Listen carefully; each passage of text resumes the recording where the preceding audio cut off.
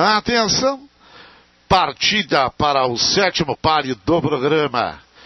Segue a carreira e vai forçando o Magic Cat a primeira colocação. Point One ficou para a última, hein, gente?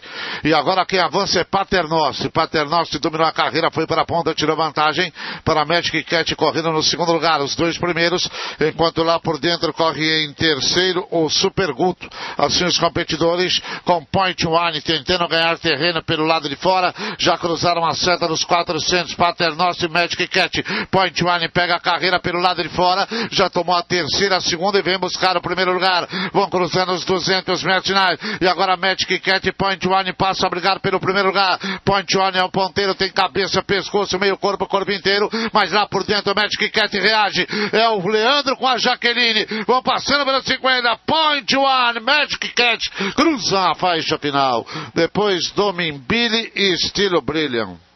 Foi esse o resultado.